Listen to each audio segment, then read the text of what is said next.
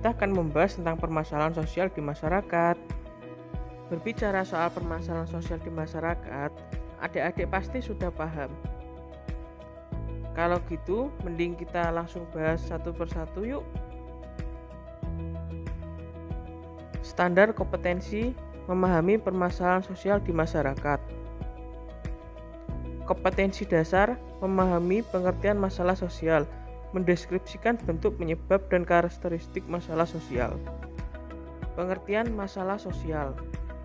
Masalah sosial adalah perbedaan antara harapan dan kenyataan atau sebagai kesenjangan antara situasi yang ada dengan situasi yang seharusnya. Individu di dalam masyarakat memandang masalah sosial sebagai sesuatu kondisi yang tidak diharapkan. Pengertian masalah sosial menurut para ahli sosiologi. 1. Menurut Suwerjono Swekanto, yaitu suatu ketidaksesuaian antara unsur-unsur kebudayaan atau masyarakat yang membahayakan kehidupan kelompok sosial. Menurut Vincent Parillo dalam Suwetomo dalam kurun 2013, merupakan masalah yang bertahan untuk suatu periode waktu tertentu. Suatu kondisi dianggap sebagai masalah sosial namun hanya terjadi dalam waktu singkat dan menghilangkan, bukan termasuk masalah sosial. Menurut Suwetomo, sebagai suatu kondisi yang tidak diinginkan oleh sebagian besar warga masyarakat. Menurut Leslie, yaitu suatu kondisi yang mempunyai pengaruh terhadap kehidupan sebagai besar warga masyarakat sebagai sesuatu yang tidak diinginkan atau tidak disukai dan karena perlunya untuk diatasi atau diperbaiki. Oke, setelah kita memahami pengertian dari menurut para ahli, mari ini kita akan membahas tentang bentuk-bentuk masalah sosial di daerah. 1. Pengangguran. 2. Kemiskinan. 3. Masalah lingkungan hidup. 4. Masalah kepadatan penduduk. 1. Pengangguran. Pengangguran atau tunakarya merupakan istilah yang diberikan kepada orang yang tidak bekerja sama sekali atau orang yang sedang mencari pekerjaan. Pengangguran juga dapat diartikan sebagai sebuah situasi ketika seseorang tidak memiliki pekerjaan. Pengangguran merupakan golongan dari angkatan kerja yang belum melakukan kegiatan yang dapat menghasilkan uang. Pengangguran ini telah menjadi masalah perekonomian di beberapa negara yang tidak hanya di Indonesia saja. Karena adanya pengangguran, maka tingkat produktivitas serta pendapatan masyarakat berkurang, sehingga terjadinya kemiskinan serta masalah-masalah sosial. Pengangguran dapat berdampak negatif pada orang itu sendiri serta kepada masyarakat atau lingkungan sekitar. Tersebut dikarenakan berkurangnya kesempatan kerja yang dapat disebabkan kelesuan ekonomi, turunnya potensi diri, menurunnya pajak penghasilan serta tingkat kesejahteraan masyarakat yang menurun.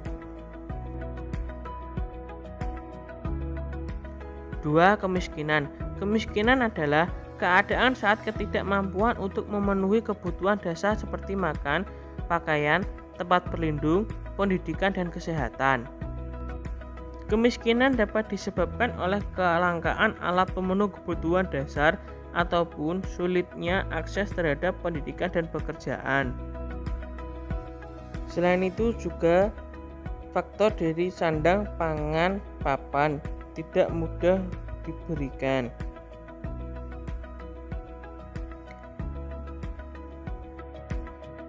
Kemiskinan ini dapat berdampak terhadap banyaknya anak putus sekolah karena orang tua tidak mampu membiayainya. Sekian itu juga mengakibatkan bertambahnya jumlah pengangguran dan juga gelandangan, bahkan menambah kemungkinan kenakalan anak dan tidak kejahatan dalam kehidupan sosial di masyarakat.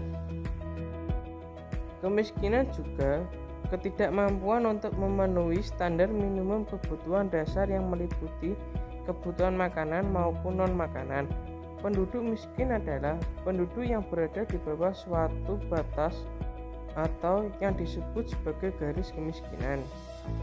Garis kemiskinan merupakan nilai rupiah yang harus dikeluarkan untuk memenuhi kebutuhan hidup, baik kebutuhan hidup minimum makan maupun kebutuhan hidup minum non-makan.